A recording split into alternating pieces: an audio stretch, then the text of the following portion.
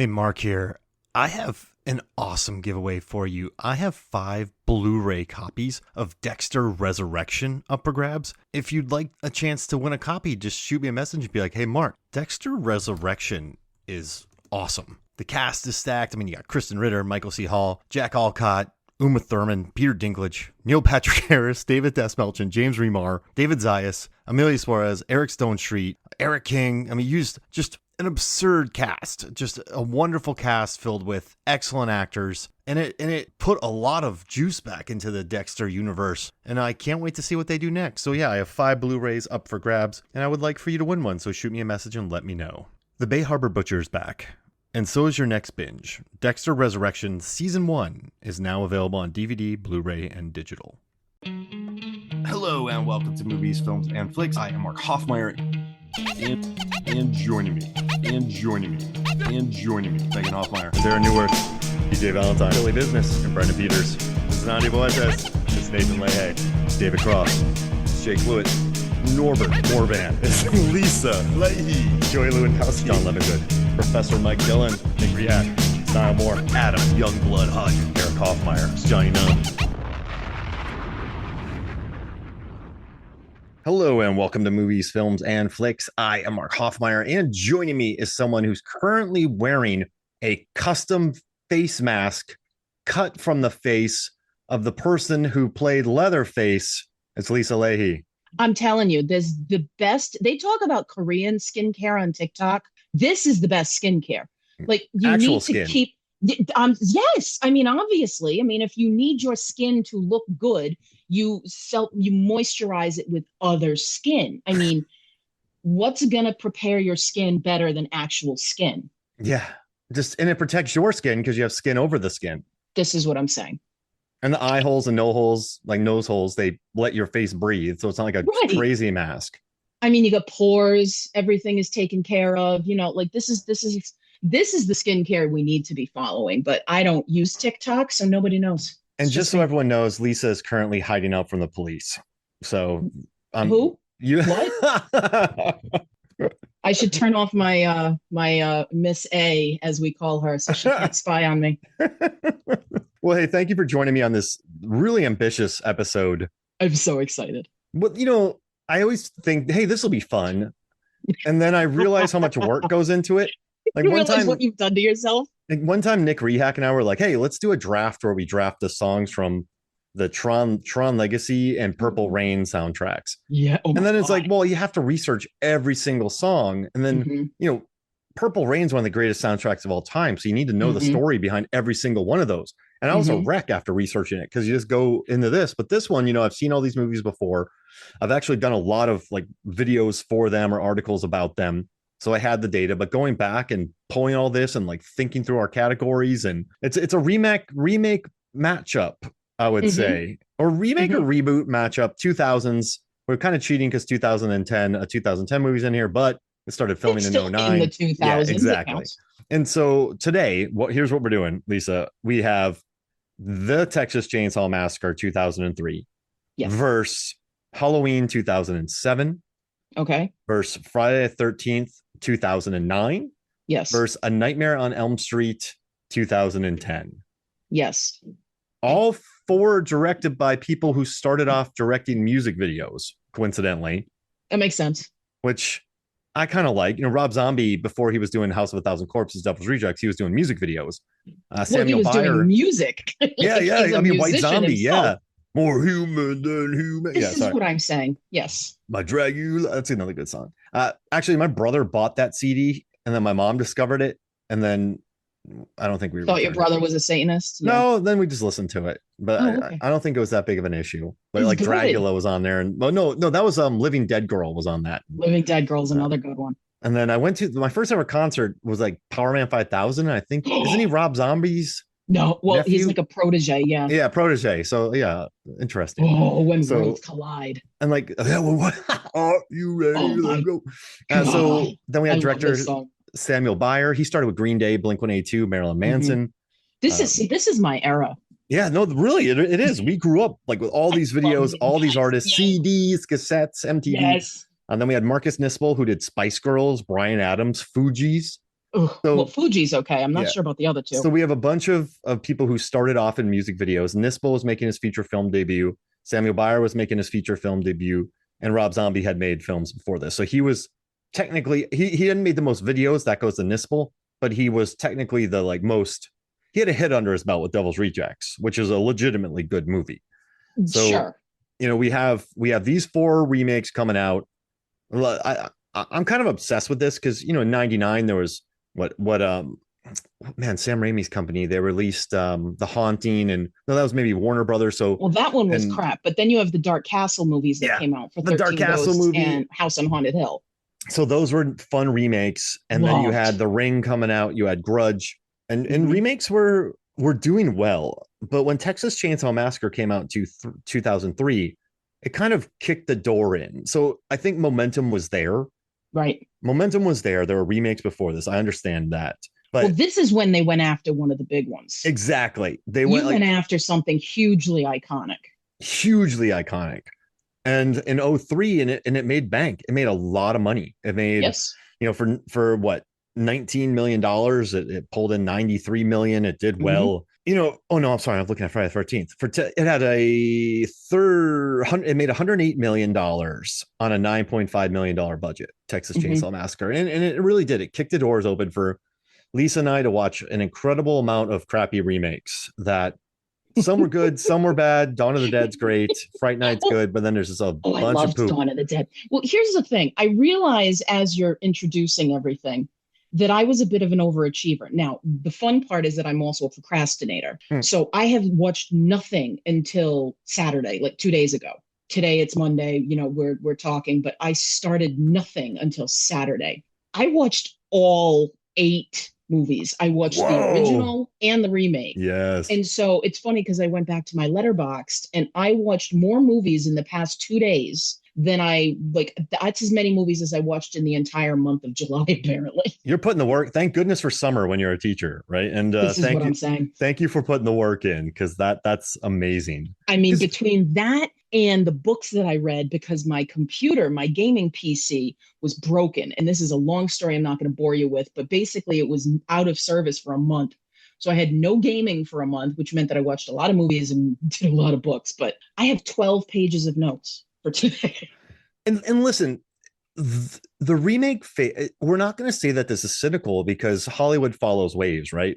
So Yes. once again, Halloween wasn't the first slasher. Black Christmas and other movies came before it, but Sure. it kicked the door in for more slashers. And then we had a Mhm. slasher craze. Scream comes out. Geez Louise, we had a lot of Scream knockoffs. Exactly. Dawn of the Dead comes out. Resident Evil comes out. Zombie film. So Video game adaptations. video yeah. game adaptations. And Hollywood follows the money, and they pretty much rode these remakes into the ground by about 2011.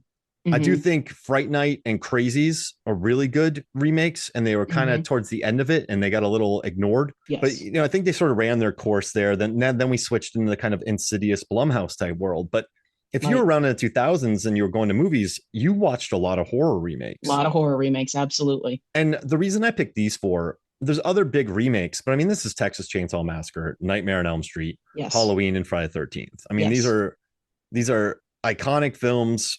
The first films will knock your socks off. Some of the sequels are really good. Some of the sequels are good. Really not. Some of the sequels will punch you in the face because they're terrible. Yes. And some of them are horrifying, but they have a lot of personality. And Jason X rules. Get over yourself. Love it. Yeah.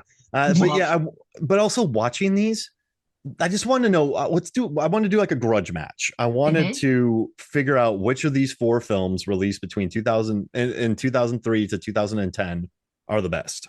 Yep. You ready Agreed. to go on this journey with me? I am ready to go on this journey with you. Okay. So before we get going, I just want to drop some real quick stats. So Let's do it. the film technically with the highest critic and audiences scores is the Texas Chainsaw Massacre. Fair. So it has a 37% Rotten Tomato score, which is the highest. This is the highest. Nightmare on Elm Street 14, Halloween 28, and Friday the 13th 25. It also has the highest IMDb score, and the only one that no, there's 2 of them that crack 6 on IMDb. So it's 6.2. So it has the highest, and also has a Letterboxd score of 3. So if we're combining the scores, it has the lowest Ebert score. Ebert hates this movie, and he gave Texas Chainsaw. and he gave the new Friday the 13th 2 stars. So in every single category except for Ebert, Texas Chainsaw Massacre is the highest rated. So if Mhm. we did a category of highest rated audience and critics, it would be TCM. And then Okay. it would be followed by Halloween, Friday the 13th, and then Nightmare on Elm Street because Hmm. it's a It's a it's movie. terrible. Yeah, it's Hmm. very Bad. yes, it's yeah, yeah, it's not good. Poor Jackie Earl Haley. I mean, he's a good actor. He just got handed some trash. Yeah, we'll get into that. Well, yeah. I want to Um, be optimistic somewhere if I can. and also the highest grossing was Nightmare on Elm Street. So it made 118 worldwide, which stinks, but it had a $35 million budget. If we're Is looking that at like adjusted for inflation and no, everything? it's not. So I mean, but the thing is, if we do like ROI, return on Yeah. investment, it's Texas Chainsaw Okay. Massacre. I'd So rather go I with guess that if you then. do adjust for inflation, yeah, you know what? That would 10 like 7 year difference. I think that could get you another million. So Mm. TCM's the winner there in return on investment.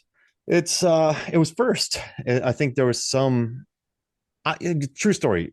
Watching Texas Chainsaw Massacre, the original, when I was 18, I was stressed out. I don't think I've ever been more stressed out Did you like up until that point. specifically wait until you were of age? What is that? No, 18? you just, so when I grew up, I didn't really have anybody who watched a lot of movies Oh, around me. wow. So my mom would watch a lot of movies. My brother would watch movies with me, but it's like, hey, what's in the theater or what's new at Blockbuster? So I watched an incredible amount of films growing up and I worked in a theater, but it was like, hey, what's new? What's new? I hadn't had my world opened up. Gotcha. So when I got a little older, Halloween H2O came out and I watched that. And I hadn't I watched the love first that. Halloween. So I went back and watched Halloween. And then I think with this one, my buddies and I rented it and we all left the house silently. Yep. And I drove home, thought I was going to die. Now get this, when I was 21, watching the remake in a theater, I fell Mhm. asleep. Oh, yeah. So, it kind of shows my journey with Texas Chainsaw Massacre. But if we're going to give anything a point for critic scores and box office, it's going to be Texas Chainsaw Massacre. So it's starting off 1-0 if Yes. we include that. But it's kind of critics still don't like it, but they like it the most. It's the best of the worst of the I think scores. that's fair. Okay. So we have that. Yes. Now, do you want to move into best reinterpretation of an iconic villain category from That's this? a hard one. Sure. Let's not nose out of the way. Nightmare on Elm Street. Well, wait. Should we move into that already? Or are we just like, are we going to get into whether or not we agree with your stats? Oh yeah, let's talk about stats. Do you want to You're do here? an overall? Like, do we agree? Is that the way you would rank them? No, How would you rank them, or should we wait on that too? no. Let's do that. Okay. Let's hear you first. I'm talking a lot. I agree. I like Texas Chainsaw. I've always liked this particular remake. Like I said, I watched all 8 movies this weekend, and there were 2 that I do not own, which are the ones I like the least. Well, wait, there's only one I don't own now that I realize it. I inadvertently own Rob Zombie's Halloween, but that's because I own the Halloween box set. And Yeah. a friend of mine made a comment on, a post that I made, and he was like, "Oh, I have this because it's in the box set." I'm like, "Oh crap, that means I do too." What's funny and ironic about the whole thing is that I had resigned myself to having to pay for Rob Zombie's Halloween and Nightmare on Elm Street remake to see them because I'm like, I don't have these. Well, lo and behold, both of those were available on streaming. The one movie I had to pay for is my favorite of all of these. And I am ashamed to say that my Nightmare on Elm Street box set, my copy of Nightmare on Elm Street 1984 is missing. Oh no, I hate when that happens. And I'm really upset about it because it's part of a box set. And I remember getting this, like giving this to a friend to get it signed at Comic-Con, which means he never returned it, is what has happened. So now I'm upset. And now I have the 4K set pre-ordered and it's going to arrive in like September. But of all the movies that I had to watch this weekend, I had to buy and rent Nightmare on Elm Street. Like I myself have interviewed Robert Englund more than once for Rhode Island Comic Con. And here I am having to rent the movie that the man is in because I don't even have a digital copy. It's very shameful. Anyway, I do. I own the Texas Chainsaw Massacre 2003 and I own the 2009 Friday the 13th because those 2 are very entertaining to me. Yes, yes. I really liked the 2003 Texas Chainsaw. I liked going into school and having to break the bubble for my poor students who were like, "Oh my God, did you see the police evidence? Did you see those photographs?" I'm like, guys, Oh, like, none of that's real, right? They're like, no, it's real. It says it's based on a true. So, guys, no, it's not. They're not going to actually show you authentic footage in a commercial film. Like, no, but I liked it. I liked the acting. I love Jonathan Tucker. So basically, if he Yeah, shows up in anything, I'm excited because he is very underused and I like Jay underrated. And Tux. he doesn't exist anywhere. I think Jessica Biel did a good job. I think oh crap, what's his name? Who plays Kemper? I like him a lot. He was on 6 Feet Under. Like there's a lot of these actors that I thought did a Oh, really good Belfer, job. Eric Belfer. Eric Balfour, thank you.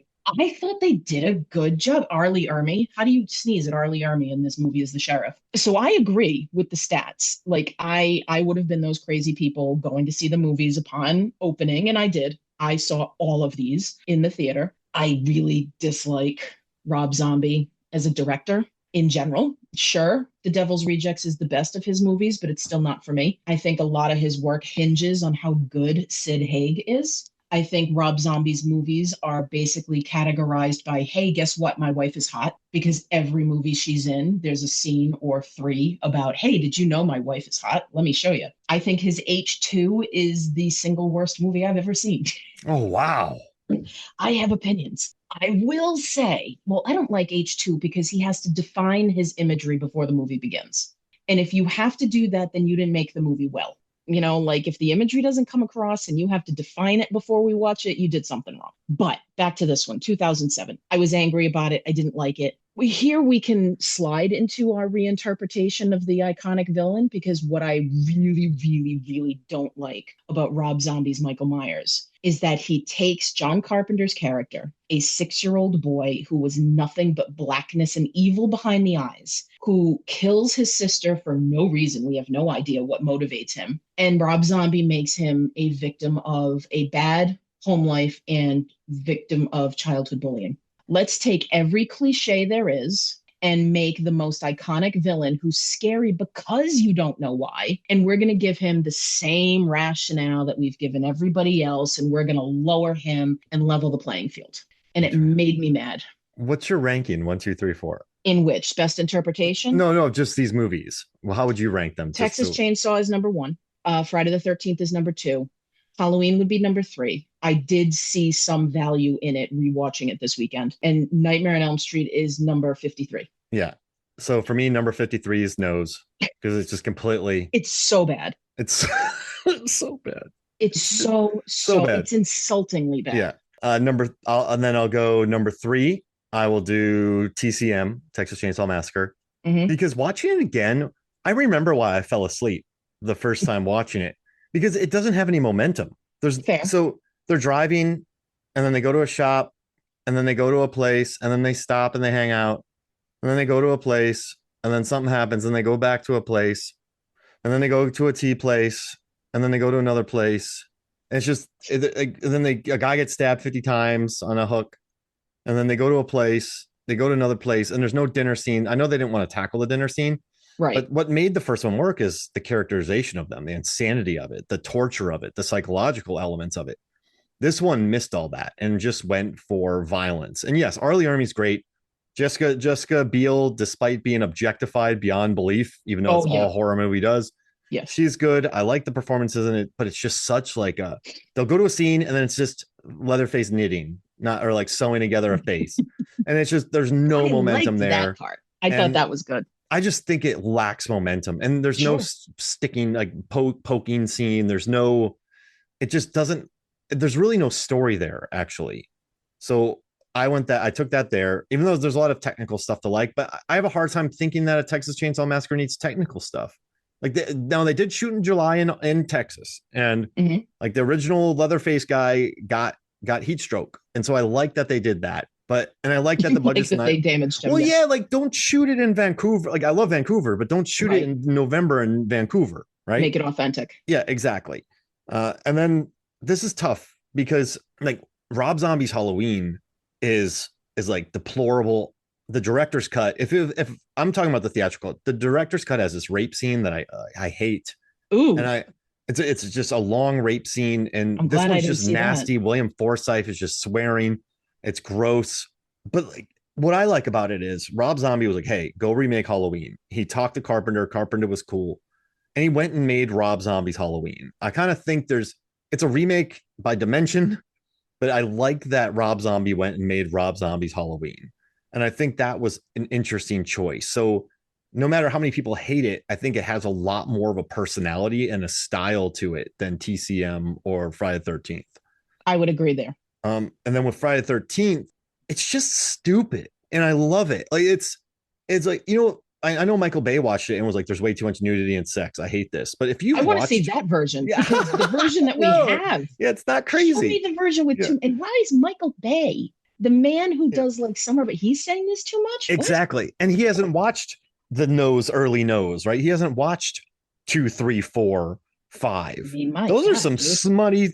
I'm not saying it's right. Women are objectified, very much male gaze. Yes. But they are trashy little things. Yes. They are legit trashy. Yes. And so I like that this one came out and it was like, you know what? We can't take them to space. We can't take them to hell. Let's just make a combination of like 2 through 4. Because Jason Lives rules, but it's such a different one. Or like, 2 through 4, because 5, it's somebody else. So let's do like a 2 through 4.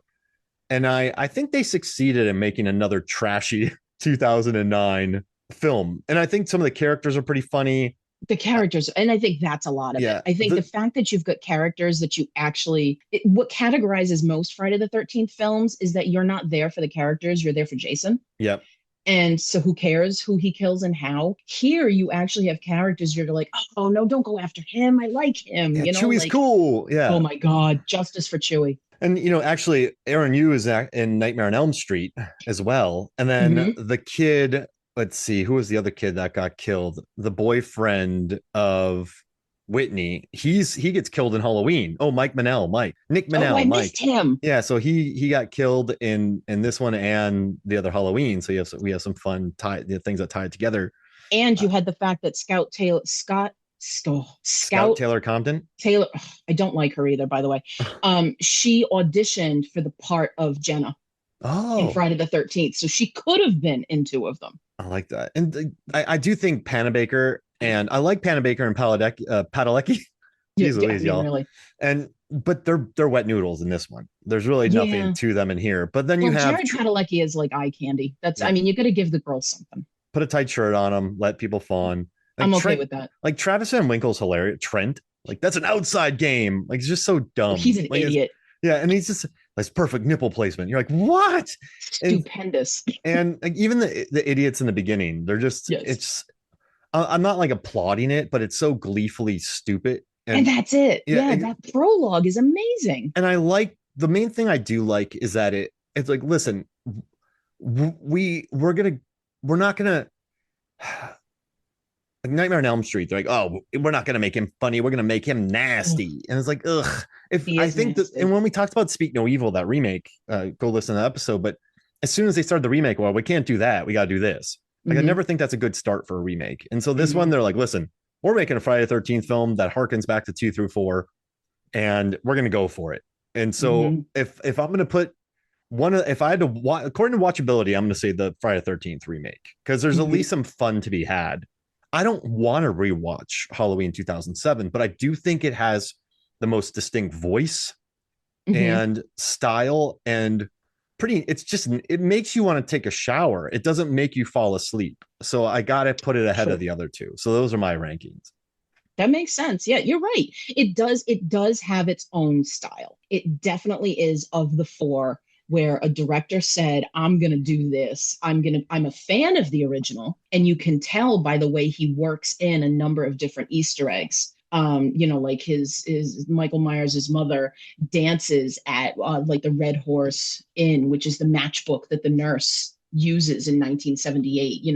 Like he's got these things. You can tell that he loves the original film, which baffles me that he would make Michael Myers basically like, a textbook psychopath child kind of thing. Like that's what bothers me. It's like, if you're such a fan, why don't you lean further into the mystery, into the unexplained?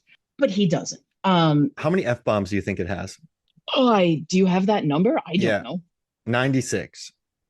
Is that higher or lower than a standard Scorsese film? Lower. Okay. But like a lot of it's people screaming and running. Right. A lot like Goodfellas is people talking to each other Mm. in an area, dropping F every other word. This one, the final third of it, he's just destroying a house. Ugh, yes. And a lot of running and a lot of screaming and a lot of not much else. And but he wanted to make two movies, so he wanted to show the duality, but then they went no. So then he just had to smash them together. If you think about it, like this movie's two movies. There's really when I talk about momentum, there's not too much here either. But No. so yeah, he wanted to make two movies and he smashed it into one. And so he wanted to show the duality of the character. I mean, this one is the longest of these films. Yeah, it like, is. This is the one that's closest to 2 hours, although Friday the 13th was 145, so it's only 5 minutes off. Yeah, and when I saw Nose, I was like, what was it? 90 minutes felt like just 2 Mhm. years. It goes on and on. Hmm. And you know what kind of sucks is Rooney Mara is good. I like Rooney Mara. And I like Kyle Gallner. Kyle Gallner is kind of the I had 21st century no horror idea king. that Yeah. he was in so much. Like I looked at his IMDb and I'm like, my God, this kid's been in everything. And how did I miss this? Like even Kellen Lutz, he didn't sleep for a couple days to do this, and you could tell he Right. looked tired. It was all right. He did. Well, he But probably yes, just stayed up and watched Twilight a few more times. he's just counting his Twilight money. Just like, hated his existence for a while. But yeah, counted his money. That's a good point. Send me my Twilight money in dollar bills, and I Mhm. will just stay up for 3 I will days and count count it. it. You probably couldn't even finish it. So It's true. let's jump into this. Best reinterpretation of Okay. the iconic villain. How would you Best rank them? Oh God. No, not Nose, because No, it's bad. No, in fact, what that one did, it leaned into what everybody assumes about Robert Englund's Freddy Krueger, right? Like you look into the research, and I like to pretend the research isn't real because I don't want to know. But Freddy Krueger on film is a child murderer. Everyone goes, no, he was a molester. I said, nope. They explicitly say murderer. But then if you dig in, words are hard today. Wes Craven, I was like, what? his original script did have him as a child molester. So I like to pretend that's not true because I don't want Freddy Krueger to be a child molester. I enjoy him too much. But they went full tilt. And it's just, you talk about needing a shower after Halloween. Like, you don't want Freddy Krueger, this guy that even though he's silly at this point and he's just a wisecracker, you don't want him to be this disgusting being. And so that's problematic. I didn't like that. I didn't like Jackie Earl Haley's voice. I hear Rorschach. I hear his character from Watchmen. I don't hear Freddy Krueger. I don't think they did a good job with Jason Voorhees. I'm not crazy about what they did there. This whole He's an athletic weed farmer. That prologue I think is the best one. We're gonna steal weed. Also, the Marcus Nispel directed movies have a lot of weed. So TCM, they got a bunch of weed. Yes. And then this one, they're going for weed. And they're hiding it from each other. Yes. Mm-hmm. Yes, accurate. But yeah, I didn't like what they did with Jason Voorhees here. This whole thing of like he's holding her in this underground. He's not a kidnapper. Like, I guess they're alluding that, oh, she looks like his mother and he thinks she's his mother and she's able to like commit. No, just too complicated and stupid, which means I'm now left with the Michael Myers that I don't like. And Leatherface, who's not that strong. I mean, no, he's fast. He's while running through sheets, he can run ahead of Mike Vogel and cut his leg off. So yeah, there's a lot of sheets in these movies too. Did you notice that? There's so many sheets. There's so many sheets. What are they doing? And this, I wrote a date article once back in 2017 where I counted how fast he ran, and I laid sticks out in the yard, and I like recreated his running and how fast he would have. Of this? We need to see this. But it's mentioned in a Wired article. They interviewed me and I talked to him about it, and it's mentioned in there. So there's sticks in the backyard. Megan's like, why are there sticks? Because I was sprinting around the backyard around trees, trying to figure out how because he does this massive like bursts of speed around sheets while carrying a chainsaw to get ahead of Mike Vogel. Mm-hmm. Mike Vogel, run 5 feet to the left. I'm sorry. Mm-hmm. But zigzag, I digress. That's amazing I love this story so much. I don't know. I guess I have to. I don't want to give it to Michael Myers. I just don't. It's interesting though, because they do give Leatherface more background too. They talk about him being picked on by pretty girls like you and that sort of stuff. So it's like they're both bullied. So I guess, oh God, I don't want to.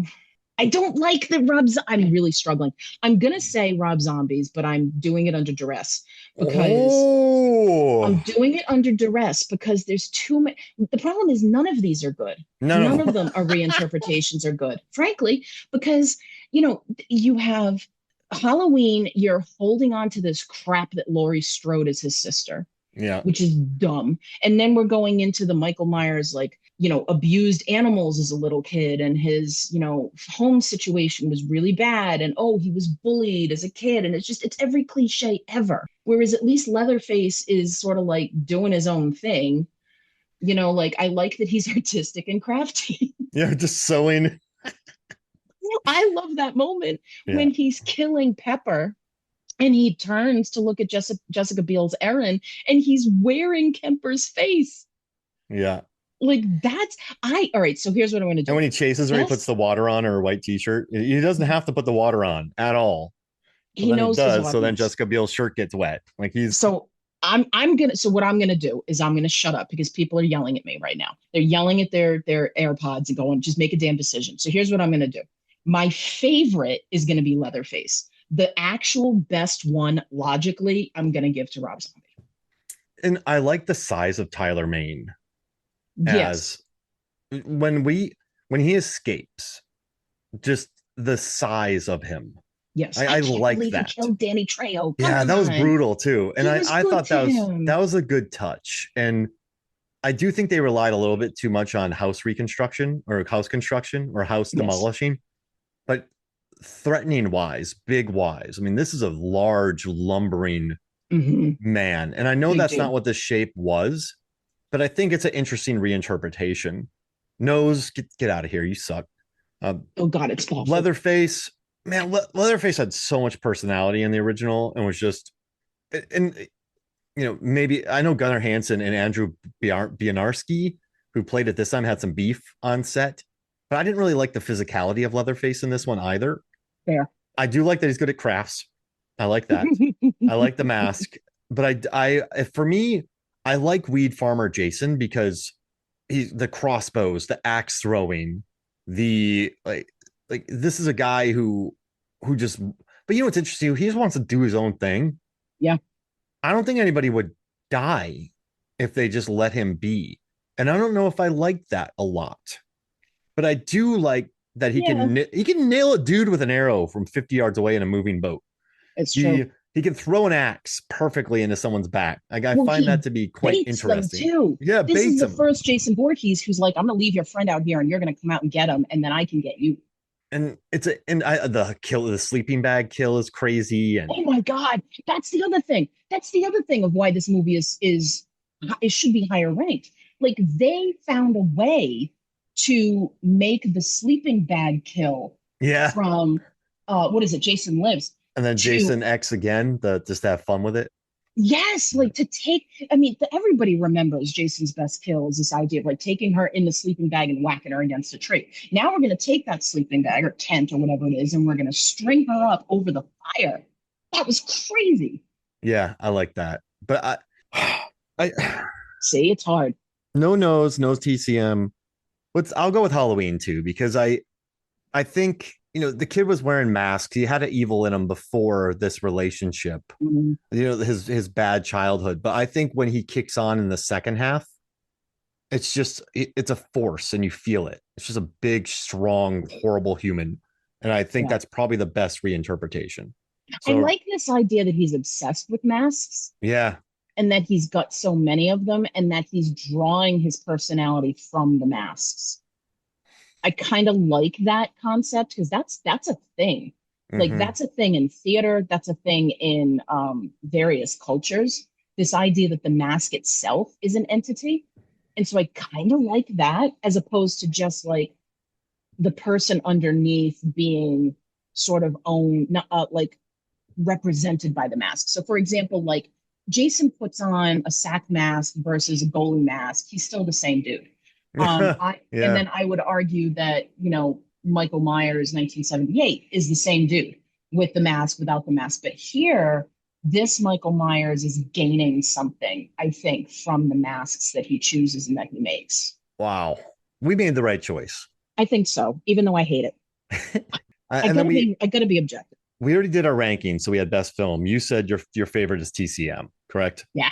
Okay, But I so also then really like that Friday the 13th. I yeah, can't help it. I'm taking Friday the 13th on that one. So that Yeah. they're both represented here because you know, I just like I think that the Halloween is better shot and has more personality than F13, but I just like how fun and stupid it is. It's just Yes. it really is a dumb time. And I'm not talking I know we can get in a whole thing about the objectification of it, and I'm not supporting Yeah, that, but I I also agree, think but I'm also over it. So yeah, but I also think it just knows what it is. And yeah. I like that. Like Nightmare on Elm Street, they're just, oh well, we got to reinvent Freddy. And then, Oh, TCM, we're gonna take a lot of the psychological elements out of it. And no, and then so yeah, we'll go with those two. Now, best performances or characters. So this one's kind of tough. Can we take Nose out? We like Gallner, we like Rooney, yes. but get out of here. There's nobody in there that's any good. I hate the idea that they're, oh, Freddie is trying to have us find something. He's innocent. We wronged him. Bullshit. That Yeah, whole thing was so bad. Just waste no. of time. You We're wasted gonna my take time. that out. No to nose. No to nose. I know. You know what? I think Kellen Lutz is the only MVP in that because what he did was interesting by just What he did was exit the film early. yeah, and also he actually did not sleep for 3 days. So when you see him on there, he was exhausted, and it's the only performance I think that has personality to it. Mm-hmm. So, but that still does nothing for it. No. I think for me, Friday the 13th, all these kids, all the actors got the assignment, but none of them got pushed to any range. Friday the I 13th. think that's fair, because they are basically all, that prototype, what is the word, archetype kind of character. But I don't know, like those prologue characters, I really like Wade a lot. I really enjoyed that scene where they're sitting at the fire. I have the names, I just have to look them up. The when they're sitting at the fire and Wade is all excited, telling his friend about whatever it is she said. Richie, I think, is the guy. And Richie's not paying attention to him. He's looking at his girlfriend, who is basically like taking her Oiling bra herself up. off and torturing him. That sequence is hilarious. Like he's mouthing dirty things to her while Wade is right in front of him, excitedly talking about this, completely oblivious. Like that whole sequence, I think, is hilarious. And Yeah, Chewie Chewie's and good. Lawrence are amazing Yeah. together. I just think they're so fun. I think that it's not Chelsea, it's the other blonde, Brie, with the camera Oh, while she's Juliana yes, Gill. Yeah. while she's sleeping with Trent. Like she's got this camera. She doesn't put it on a tripod and she doesn't hold it still. She's holding it while she's on top. And like the camera's bouncing everywhere. I mean, you can only imagine what that would look like to watch that. I just think they're all so entertaining. The leads, you're right, boring. Yeah. But the side characters are much more fun. And I Uh, think that in all of these films, Friday the 13th has the best side characters. I think so too. TCM, I guess if Arlie Ermy has to be in consideration. Oh, he is good though, but he's just playing himself, Yeah, that's true. only And dirtier. Like, because yeah. he really pushes the line and he's gross in a couple. Like, he's an old man, a dirty old man in this one. But you watch Halloween and you have Malcolm McDowell, you have Brad Dourif, Scout Taylor Compton. She just has to do a lot of yelling in the second half. But Yeah, Danielle Harris, like Udo Kier, Danny Trejo in his few moments is really good. he's So the and only like good one in that. I like think Malcolm McDowell is embarrassingly subpar. and like Dee Wallace is fine. Yeah, So like she's good, but I don't know. And then we have Texas Chainsaw Massacre. Beale is good. I think she finds heart in the character, but it's just the she camera. looks good. There's a scene where Frankly, she's like looking, so she's in this meat thing in the freezer, and there's an yes. upshot on her while she's shivering, but like her, Yeah. like it's a shot of like her tank top going up and I down, and mean, you're she like, was on geez, Louise. TV. Yeah, She's on TV. So, I mean, we can only go so far. But I will say, as far as objectification goes, I wouldn't mind looking like that in those jeans. yeah, just super I would 2003 not mind. low rise. Whoever did the tailoring. And those jeans are not for everybody, and they were definitely never for me. But that outfit, that costuming, perfect. Yeah, I mean, pretty much iconic, I think, as far as Agreed. With the cowboy hat, the whole nine. yeah. but I mean, if we're saying performances, I'm gonna take. I don't even know where to go with this. In TCM. No, I'm taking TCM out. Yep. I'm taking Nose out. Now, this is the thing. Friday the 13th, they understood the assignment, but the two leads are so boring. Yes. But then you have fun supporting characters. And then in Texas Chainsaw Massacre, I do think there's some strength there. So if I'm going performances, I'm going Texas Chainsaw Massacre. Jedediah. Jedediah is good. The little guy. The little guy with his teeth. Are you gonna hurt me? He's so funny. I like Yeah. him. So are you going with F13? I am. Okay. Okay. I will take Halloween. Let me highlight those. We have two front runners here, that's for sure. Best reason for existing. None of them have reason for existing. Let's take out Nose because Worst reason for existing. Yeah, that was the last one, and just ugh. And So everything. now the one thing I like about Texas Chainsaw Massacre is that they brought Daniel Pearl back, who was the DP from the first one. Mhm. Marcus Nispel didn't want to direct it, but then Daniel Pearl shot a lot of music videos for Marcus Nispel. And then he was like, hey, just shoot it, take the job, I'll shoot it. I can bookend my career, which that It's seems cool. kind of neat. I like that. Friday the 13th, they just waiting to get, those rights fights, and it was the remake craze, and then they went and made it. But I do think with Friday the 13th, they just wanted the best of versions 2 through 4. Like they wanted it to be lean and mean. Daniel Pearl shot it again as well. So Mhm. I think that it was a no-brainer to release it at the time. And I think its reason for existing, if I'm gonna take any of these, it's got to be Texas Chainsaw Massacre because it was the first. Right. It wasn't the first remake, but at least it was the one that kicked the door open. Well, it's the first one. So, like, we talk about the first remake. I mean, there's a string of like Asian remakes. And Yeah, Pulse. those I never want to say they don't count, but the idea that like The Ring and The Grudge made people aware, hey, guess what? There's another whole world of horror out there that you have missed.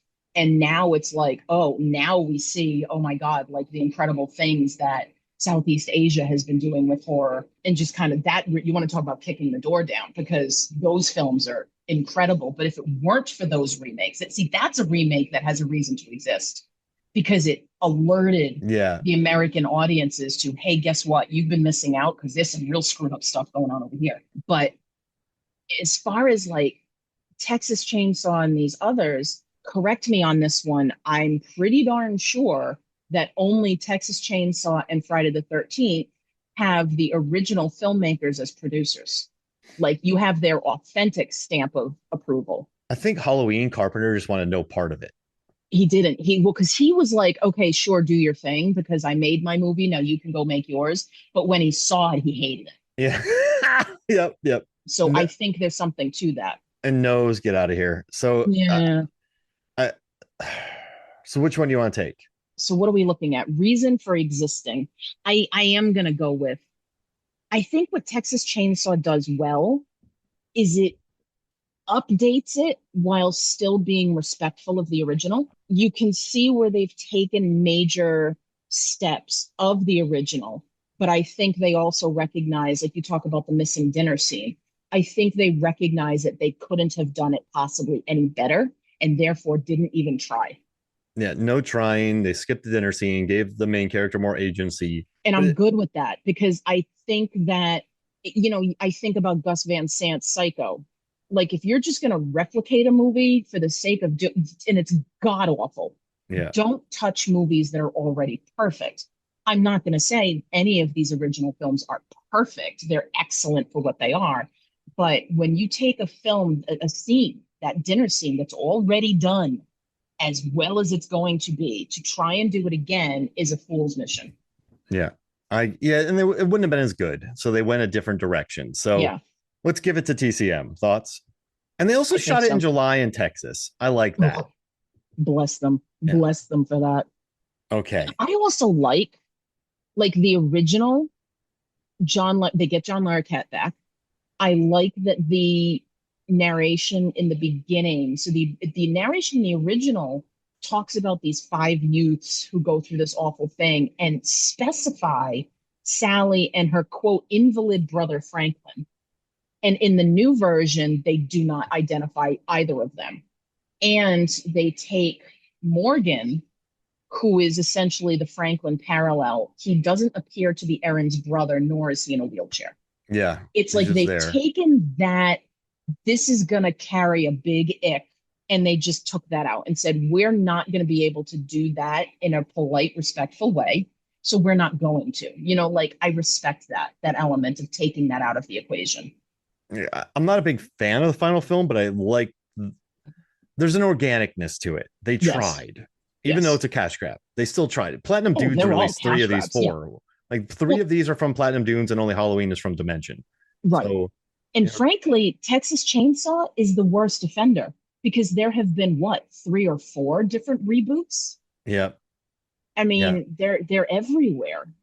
Next Generation, even Oh, that's a brilliant movie. Hang on, I will not take any. no. But they're all different. Like TCM 2 is bonkers and it's lovely, and it Yes. took a long time for people to love it. The original franchise, I'm okay with. Yeah. But then you have this new one, and then you have this other one with the Dario, and then you have all these other ones. Yes, One with the Jordana ones that are like Brewster. straight to Netflix, they're bad. Oh, They're bad. the self-driving cars, the yikes. Yes, Yeah. All right. they're all bad. I think we know this one might be tough. Best cinematography, production design, costumes. Let's get rid of nose. Again, yeah, just off the table. I'm going Texas Chainsaw on this. That shot when Erin is going back to the house to try and find Kemper while his buddy is like gonna like side thing. But that shot, it's in the trailer. It's this beautiful shot where it's a low angle. Oh, the butt up to shot from the house. first one. Yes, when she's Recreated. walking through, and it's just a gorgeous shot. I'm on that one. I'm absolutely on that one. Plus, you have the looking through the little peephole, which the original one doesn't have. You have that underground kind of cavern thing, like what they do in Friday the 13th, but they do it better here. They use a lot of that in the video game they made. But I'm going for best cinematography. I'm going TCM. I just don't like that shot through the head after the suicide. There's a Oh my lot of God. close camera Yes. stuff. It's I don't like style in a movie like TCM. I think TCM has to just be now, like we said, they knew they couldn't match it. Right. But when you add style into a movie that is quite this nasty, I just didn't like it. So I think the overall look isn't great, but the house looks amazing. The costumes are good. Everyone's wildly 2003. I just want to put Yes. that out there. Yes. Pepper is just like Yes. super 2003. But Beale's outfit, tank top horror is big anyway. Like you always Yes. have an actor in a tank top. Like that's just Yes. the way it is, or sleeveless shirts. So I like the production design on that. I like the look. The car's good. The filtering's a little much for me.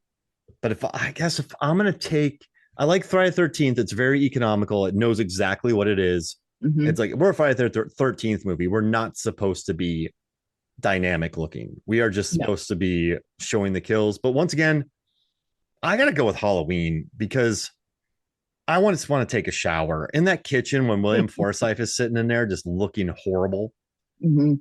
And just the blood and the gore, and yeah. So I'm gonna go with Halloween just because of the aesthetic, and it's quite a brutal movie, and I think that the cinematography from Phil Parmet's pretty good. So even It's though ironic because what you're saying is good about Halloween is what you're kind of like saying doesn't work in TCM, like the gore and the element of like looking through her head with the this one camera. doesn't have that though. Halloween doesn't have that. It's Agreed. no, but I don't like the stylishness in TCM. Okay, gotcha. I don't like that. I don't know. And I think both Halloween does give me the ick because there's Yeah. 3 separate scenes of naked women like just being tortured and murdered. And Mhm. you're just like, come on, Rob. And listen, I'm not trying to get Yeah. all political, but the older you get, you're just like, come on, man. Like, why am I watching this? Again, But I do think the close quartered aesthetics are much more effective here in Mhm. Halloween than they are TCM. I would put TCM second, but if I had to be critical, I would take Halloween first. yeah. And I'm going to give credit where credit's due. Like, again, I want to go to Michael Myers' cell with all of the masks. Yeah, the masks. Yeah. Like that production design that shot right there is really good. Yeah, you know? really good. And just you watch it and you just go, that's a good shot. That's a nice Hmm. wide shot. I like Hmm. that. And so yeah, I will take Halloween. Now, best kills. I'm going no, I'm going Friday 13th. Now, I know in Yeah. TCM a guy's balls get a guy Leatherface goes underneath a guy and saws up through his balls. There's the leg cut scene, she stabs a guy. There's the suicide. Hmm. There's this like but I like in Friday 13th the sleeping bag. Yes. I like the The machete screwdriver and through the head. throat. Yeah, like the screwdriver and the like just and then Yeah. the axe throw, the arrow throw, they're all super cheesy. And remember when Jason smashes that guy onto the The, truck and then smushes him down oh more? my God. Oh, and Yes. then the axe, Yeah. the The axe axe. kill. He gets the axe in the back. So Yep. Lawrence gets an axe in the back, and then he gets flipped around, and then it gets the axe pushed into him. Through the back. Yeah, Yes. through the back. Yep. So it goes in and through. So I think for me that's my win. Now I Halloween, agree. it's just a lot of attacking of just ladies screaming. So that got kind of it makes you sort of numb. And so for me, I am going to take TCM. No, No, Friday. I'm sorry, Friday 13th. I'm Yeah. mixing all my nose and geez Louise. Absolutely going Friday the 13th on this one. And this is what's cool about it. Like you have, where's my line? Like you have Nispel talking about making a Friday the 13th film that gives fans what they want, but also not what they're expecting. And I think that quote is fantastic. Now, I kind of wish that the story had followed through more on that because the whole story of Clay trying to find Whitney and that whole Yeah. second act gets way too drawn out. I feel like if they had trimmed that or made it a little more interesting, I don't know, maybe the film overall could have been better because he's right. After how many films? What are we talking? 10, 11 films, something like that for Friday the 13th by now, to still surprise us and still make us laugh at these kills. I mean, I'm sorry, if you watch this film and you don't laugh when Chelsea is killed by that machete, you're dead inside because it's a hilarious kill. The thud, the kill is one thing, the machete going down is one thing. Him pulling the machete up and her head hitting the dock and that thud is the best thing. It's absolutely hilarious. Again, gratuitous and ridiculous with the nudity, but it's almost like, yeah, we're going to be disgusting about this, so we're going to be funny too. The slow screwdriver kill on poor Chewie. I'm like, oh, this poor guy. Like everybody else is dispatched with pretty quickly, and poor Chewie, it's drawn out. I'm like, this poor guy. This is the guy we all like. And I had a moment where I am really pretty sure that this is the first film where I started like talking out loud to people about Chekhov's blank because I always talk about Chekhov's blank. You know, I'm an English teacher, it's what I do. But I think this film, when I watched it and I saw that wood chipper, and I went, okay, somebody's going into that. And then they still didn't do what we expected with it. You know, like Jason is a victim of the wood chipper, but not because he goes into the wood chipper. It's because the chain that's holding him over this beam goes into the wood chipper and chokes him and then pulls his head. It's fantastic. Like Yeah. to take this franchise and still surprise us, you got to give credit. I mean, Leatherface has a chainsaw. That is what it is. But this one's yeah, it's fun and the kills are It's so fun. fun. And Jason gets it. And he's all right. So we're gonna have to figure out a winner here because I so know it's tight. TCM without the critic stuff has 3. F13 Friday 13th has 3, and Halloween has 3 votes from us. Ooh. So how are we gonna do this? Well, I feel like that's when you would use the objective, not us, as the tiebreaker. So TCM is the winner then. It would have to be because then that's the one where like the public vote and the money vote and the other whatever the other uh, element you had was. I feel like that becomes the tiebreaker. Okay. All I right. mean, yeah. So our winner is Texas Chainsaw Massacre. Now I think that's fine because one, you know, Carpenter doesn't like Halloween. Rob Zombie talks smack about the making of Halloween all the time. He said he was getting tons of notes. Yeah. Get out of here, Nightmare on Elm Street. You suck. Friday Oh my 13th God. is just fun. It's just Yes. fun. It's really fun, and it has a reason for existing. But TCM, I wouldn't pick TCM, but hey, listen, this is democracy. So if Yeah. we're going to take the winner, it's going to be TCM because of the critic scores and box office. And I gave it points for just Starting it off. existing. Yeah, Yeah. exactly. And it did it. And now we have an absolute incredible amount of remakes in the 2000s. Yep. There's always going to be remakes, The but bane of my existence. now you have 12 pages of notes. Are there anything else you want to cover? Well, I did as I was going. I mean, I was making notes all the way through. I don't remember how many of these are actually like valid. I tried to like write them on the side if there was something to like. The other thing was whether Friday the 13th was even a remake. Yeah, it's a kind of a reboot. Right, because it doesn't retell the original story in any way, except for like reminding us here's this thing that happened in 1980 where it references what happened in the original film. None of the rest of it is what happens in the original film. Yeah. So I would, with our tie, I would make sure I would pull that out of the running. I mean, I guess Halloween's a remake. Nightmare on Elm Street's a remake. TCM's a remake. Yeah, this Yep. one's more of a reboot, remake, Yep. rebootquel type thing. Cool. Yes, that. But I do think it works as a remake because you're introducing Jason, you know where he's at, dumb kids get killed, and then Mhm. he dies. And then comes back. Yeah. So it's kind of a remake, but it's also a reboot. Mhm. But I It's a think once rebootquel. but it doesn't feature any of the original actors. No. So it's not even it's like a proto rebootquel, but it doesn't have any of the originals. So No. I if you're gonna say what it is, it's got to be somewhat closer to a remake because they wanted to find the spirit of 2 through 4, and a Mhm. lot of those are just idiots going into the woods. Right. So in that regards, I'm happy putting it on this list. Yes. Fair. I mean, I enjoy the hell out of it. Like I said, it's one of my two favorites of this list. So If you had to take, what's your rewatchable? Like what's the most rewatchable one of these? It's Friday the 13th for me. well, see, it's Friday the 13th, but it's like watching Full Metal Jacket. I'll watch the first half. Like, I don't want to watch the whole drag out with Whitney and like once Lawrence and Chewie are dead, I'm out Yeah. because nobody else is interesting. The other cool thing about Friday the 13th is how long it takes to realize everybody's dead. No, was it that one? I watched the Friday the 13th last. It might have been the original, like 1980.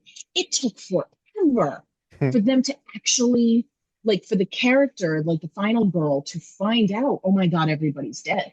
Yeah. I mean, with this one, it was the same kind of thing, right? Like, you've got Nolan and Chelsea who are at the lake somewhere, no idea about them. Chelsea. And then it Willa Ford went for, sorry, I know you already talked about her, but that whole underwater scene when he pulls it's her up, amazing. it's just, Thud. yeah. I laughed so hard. I know you brought it up earlier, but it's just, you just think about it and you're like, It's the best kill. yeah, very I think silly. I saw this, and I think in a preview, like a free preview, and we were roaring. I mean, you got a whole bunch of people who are all into this kind of stuff, and then just to be like laughing through all of it, it's exactly what you wanted it to be. Yeah, I think those are all the things I had. I mean, I did. Ironically, you gave me a list of things that we were going to rank, and I ranked none of them in advance, but I did rank the Final Girls. Ooh. Can I do my ranking real quick? Only if you want to do all 8, because I have all 8, but I guess we could do 4 and then I could just pull from my list. Okay. Oh, all 8. I did all 8. Well, Sally's a maniac in the first one. Just that, but that performance is just a highlight of. I've literally gone insane in Texas. Okay. Man, Nancy from Nightmare on Elm Street. Yeah. She's pretty great. Friday the 13th. Alice. She's great because she tricks the mom. Does she Yeah. not? Yeah, she kicks the mom's butt. At the end, Yeah, she gets beat up bad. she beheads her. I think all the OGs are probably my favorite. Okay. Where does Oh, Laurie Strode fit in on those 4? oh my gosh, that's hard. I mean, she's an all-timer. But what's the original Friday the 13th? What's her name? Alice. Alice, man, she put some work in. Sally goes crazy. Lori's just an all-timer. And then what? Nightmare on Elm Street. That's Nancy. Yeah. She's great too. I love, why can't I think of her name? Heather Langenkamp. Oh, Heather from Nose 3 and New Nightmare. New Nightmare is so underrated. Oh my God. It is. I can't do it. I want to hear yours. I don't know how I could rank those 4. So in ranking those 4, you're going to get mad at me because I put Sally at the bottom. Because she's just screaming. All she does is scream. She never does anything to fight back. She never does anything. She just kind of wrestles herself free and then runs. And the end of that film is because I've got her and Scout Taylor Compton's Laurie Strode is my last 2 out of 8 because the 2 of them do nothing except run and scream. Yeah. And it's infuriating to me. I'm like, you're annoying and you give Final Girls a bad name. Now, granted, Sally's one of the originals. Mm-hmm. So and she went insane, right? That was more of a psychological type thing. Totally. And so I probably should put Laurie Strode last just because of that. The Scout Taylor Compton one. Every time I think of that film, do you remember when IMDb used to do polls every day? Like it would be on the main page and it would be like poll questions. They did one when the Halloween remake had been announced. And it was like, what are your thoughts on Scout Taylor Compton as the new Laurie Strode? And it was like, I love it. I hate it. And the third option was, what's a Scout Taylor Compton? Oh, no. And that's what I picked because at the time I'm like, who is this and why do I care? I have yet to see her be anything interesting. Like she doesn't do it for me. But anyway. And she gets introduced 50 minutes in, so there's really no time to even build a character. Though. I don't like Kristen Stewart because I think Kristen Stewart is the very definition of vapid. And I feel like Scout Taylor Compton is kind of the same. But anyway, I'm sorry. People who like both of them, I'm sorry. So of the 4, I've got Sally last. Then I've got Alice. Nope. Yes. Then I've got Alice, number 3. And then I've got Laurie Strode. And then I've got Nancy, number 1. Because Laurie and Nancy are fighters. Like they're doing things to get them back. That shot when Laurie Strode sends the kids away and walks over to the Myers house does it end in the Myers? My brain is now frying from so many movies. That when she leaves Lindsay's house or leaves Tommy's house and walks across the street, I think she's going to Lindsay's house where she confronts him. Like that's a badass scene. She's like, I'm going across the street. Yeah. And I'm going to get you. Legend. Whereas Scout Taylor Compton, Michael Myers carries her lifeless body across the street. So already the Laurie Strodes don't line up. And Nancy is like, you adults are useless. Nobody's helping me. And screw all of you. I'm going to do this myself. Even her boyfriend is useless. I'm going to set a sledgehammer trap. Yes. She was full Home Alone on this before Home Alone was a thing. Home Alone didn't come for another, how many math? 90. 6 more years.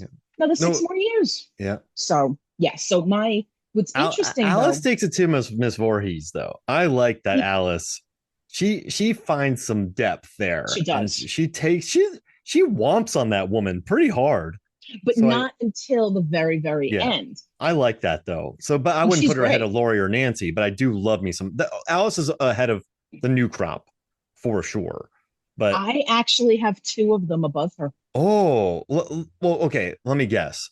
You probably have Beale, so Erin, because she runs over the dude 3 times.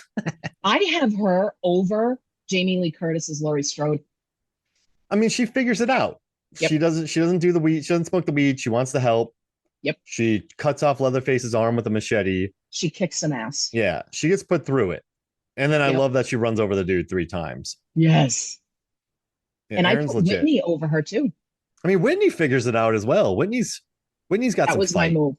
Yep. Yeah. The final girls that kick some ass, like they're not lying down and taking it at all. Like Alice eventually gets there. That's why she's middle of the pack for me. But people like Laurie Strode and Erin and Whitney and 1984 Nancy, it's just like, yeah, I'm sick of you. I'm coming after you now. Yeah, Whitney survives. She's the one who puts him in the wood chipper. While looking very 2003 and 2009. Yes. That's the contemporary final girl looking good while you survive. Yeah, she's good. I like it. You can tell that the 20 years difference too on the characters. Just Definitely. you have the originals and then you have the new kind of breed. Hmm. But, that was it was a surprise that Whitney comes through like that, the little Yeah. brother sister thing. I dig it. Yeah. And I was surprised because I was again rewatching it and Jenna is killed. I was like, Hmm. oh, I don't remember Yeah, that at she's all. gone. She's gone. But Nancy tops them all. Love it. Heather Langenkamp tops them all. And I mean, little, Rooney Mara, Chris. No, I'm sorry, Nancy. Nah. Nancy. She's The, over Scout Taylor Compton and Sally Hardesty for me though. there's, I like Rooney Mara's presence, but at this point, Mhm. she was just relying on kind of mood, and Well, she she hates was being on the movie too. yes. So she hates She was being in running it. low. Scout Tara Compton, I think anytime you're just introduced 50 minutes in, you're gonna have a hard time, and then just Hmm. chase for most of it. So and It like wasn't about her. no, not at all. And I just think his dialogue just makes everyone sort of obnoxious. So it doesn't really help for the lead. Hmm. But no, that's a good list. That's good. Yeah, Whitney, TCM I fell asleep with, and I'm not the biggest fan of, but I do think Aaron, once you triple taps, let's call it triple taps, the sheriff is pretty cool. I loved that. Like, oh, she's going over. Oh, she's doing it again. Okay, it's gonna come one more time. Yeah. And then she takes her off the road and she saves the baby. And then Yep. Leatherface comes out of nowhere. So I mean, I Hilarious. guess even by your rankings, so if you're gonna take those, yeah, I think My yeah, ranking still puts Friday the 13th over TCM. no, wait, yeah, I still like Texas, yeah, but overall, according to this, the It's winner those two. is yeah, and I'm happy with that. We Yeah, did it. we did. Nancy, she's so good. Nancy is the best. Yeah, old Nancy, Yes, definitely. Oh not God, new new Nancy. No, no, no, no, no, no. No No, new Nancy sucks. is a new nightmare. That one is terrible. It's offensive. It's They offensively bad. misjudged it on every level. And the Right. CGI Freddy, get out of here. Get That was out. another thing. Oh, I'm so glad you That brought that up. stupid filters. The kills, right? So we talked about the kills. In the original Nightmare on Elm Street, that moment when Nancy is asleep and Tina's dead, and Freddy pushes through the wall. That's done so easily with like a lycra spandex material, like you Yeah. put a fake wall up, whatever. They CGI'd that in 2010. I'm like, why would you CGI something that is so easily done in practical Lazy. Yeah. effects and it looks terrible? Terrible. It's like you take one of the most iconic moments that scared the hell out of people. I guarantee you, people were putting up crucifixes after that movie, after that moment, and they made it a CGI thing. I'm like, oh, come on. It's Get just out of one here. more complaint over that terrible movie. Terrible movie. No good. Hey, where can No people good. find you, Lisa? Oh, I basically on your podcast and on other people's podcasts. They can find me on Rabbit Hole Podcasts. I'm on a show called Fit for a King, and Jason Soto and I are working through a number of films that Stephen King has called out either in his book Dance Macabre or in On Writing or just on Twitter. Deep Blue Because Sea, he called out. he does. The man has many opinions. He We're loves Deep not Blue talking. Sea. Of course he does. There are people who don't. What's wrong with those people? But yeah, they like this idea of like horror films that Stephen King himself has said these are amazing. You should watch them. And then I have a book club with Rabbit Hole Podcast called Pictures and Conversations. We took some months off for the hiatus in summer, but there are plenty of back episodes you can check out. And you'll catch me sometimes on the Lambcast. You catch me on Deep Blue Sea, the podcast, and sometimes you catch me here on Movies, Films, and Flicks. So just keep an eye out. I'm not going anywhere yet. She's everywhere. She's in the wall behind you, not I am. CGI. Not CGI. No, Wearing a face of a face. that's it. It's excellent for the skin. Well, thank you for joining me, Lisa. Thank you for having me. I always have such a good time. All right, so for me, Mark Hoffmeyer, for Lisa Leahy, this is Movie Songs and Flicks. We'll see you next week.